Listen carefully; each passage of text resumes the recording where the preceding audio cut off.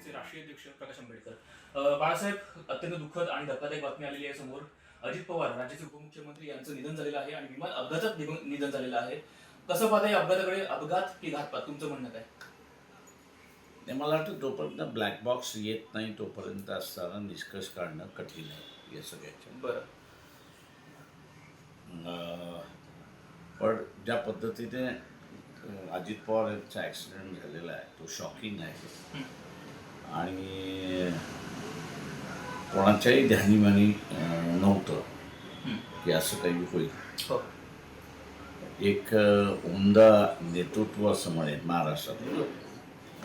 प्रत्येकाचे ओपिनियन नसतील पण त्या माणसाच्या मनामध्ये जे होतं ते ओटावरती होतं. तुम्हाला आवडो न आवडो आपलं बोलून मोकळं व्हायचं. बरं. असे असणारं व्यक्तिमत्व आपल्यातून निघून गेलेलं आहे. एक दुःखद घटना आहे. श्रद्धांजली माझ्या वतीने कुटुंबाच्या वतीने आम्ही अर्पण करतो. बाळासाहेब, मागील महिना 2 महिन्याचा आपण काळ पाहिला तर कुठेतरी अजित पवार आणि महायुती यांच्यामध्ये बरेच मतभेद आपल्याला पाहायला मिळाले. त्यामुळे त्याचा कुठेतरी संदर्भ लावता येईल का? तुमचं काय वाटतं? तुम्हाला काय वाटतं? असे त्यांचे मतभेद होते, हो. नाही असं नाही. हो. पण मतभेद हे प्रत्येकाचे असतात. त्याच्यामुळे त्या मतभेदाचं असताना काही आहे असं मला वाटत नाही. बरं. बाळासाहेब, तुम्ही आणि अजित पवार यांची काही जुनी आठवण आहे का, एखादी खास जी तुम्ही आम्हाला सांगू शकता? महाराष्ट्राला फार नाही असं म्हणेल.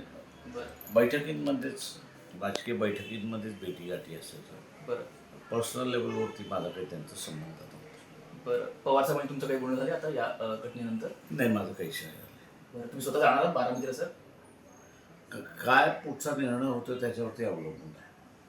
बरं. बरं. महाराष्ट्राला एकंदर शेवटचा प्रश्न, महाराष्ट्राला एकंदर काय सांगाल? अशा प्रकारे घटना घडलेली आहे, जनतेला काय प्रकारे आवाहन कराल? मी शांतता ही राखावी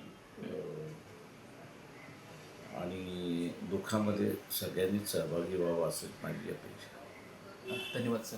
तर अशा प्रकारे संपूर्ण राज्य जनतेने शांत राखावी आणि दुःखात सहभागी व्हावं असं आवाहन स्वतः बाळासाहेब आंबेडकर करत आहेत.